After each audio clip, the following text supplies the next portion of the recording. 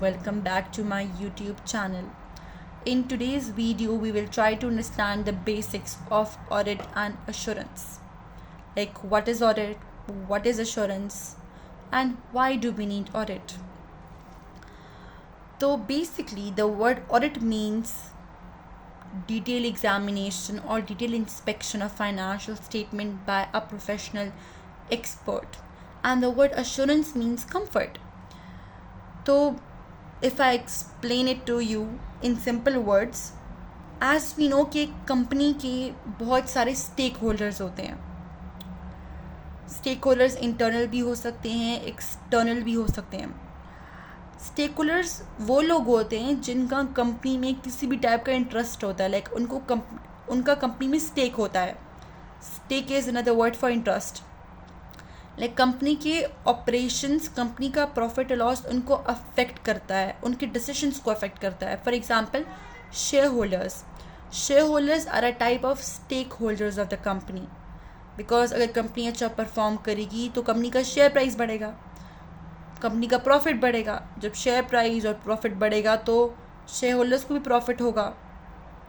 इसी तरह से lenders bank, they are also the stake holders of the company. Because अगर कंपनी एफिशिएंट होगी, कंपनी के ऑपरेशन सही से चल रहे होंगे, कंपनी के पास पॉजिटिव कैश फ्लो होगा, कंपनी प्रॉफिटेबल होगी, तभी लेंडर्स और या तभी बैंक उसको पैसे लेंड करेंगे. क्योंकि उनको पता होगा कि कंपनी के पास इतने पैसे हैं, कंपनी इतनी प्रॉफिटेबल है कि जब मैच्योरिटी डेट आएगी तो कंपनी मुझे प्रिंसिपल अमाउंट भी वापस करेगी मेरा, और कंपनी उसके साथ साथ मुझे इंटरेस्ट भी पे करेगी. अगर उनको पता होगा कि कंपनी तो लॉस में चल रही है या कंपनी का कैश फ्लो नेगेटिव है, तो वो क्यों अपने पैसों को डुबाना चाहेंगे?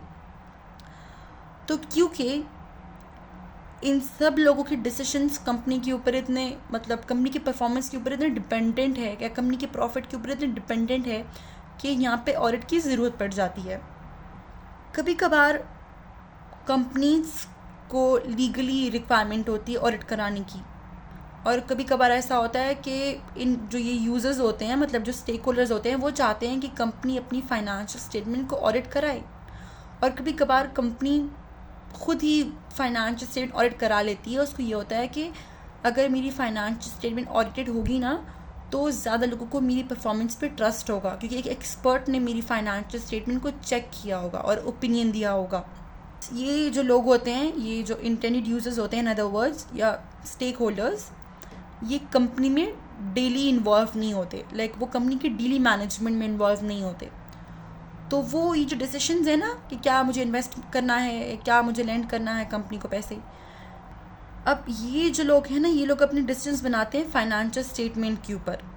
मतलब जब कंपनी अपनी फाइनेंशियल स्टेटमेंट को पब्लिश करती है, तो ये जो यूज़र्स होते हैं, ये उस फाइनेंशियल स्टेटमेंट को देखते हैं, एंड उसमें अगर प्रॉफिट है या उसमें अगर पॉजिटिव कैश फ्लो है, तभी ये लोग अब कंपनी के फेवर में अपना डिसीजन करते हैं.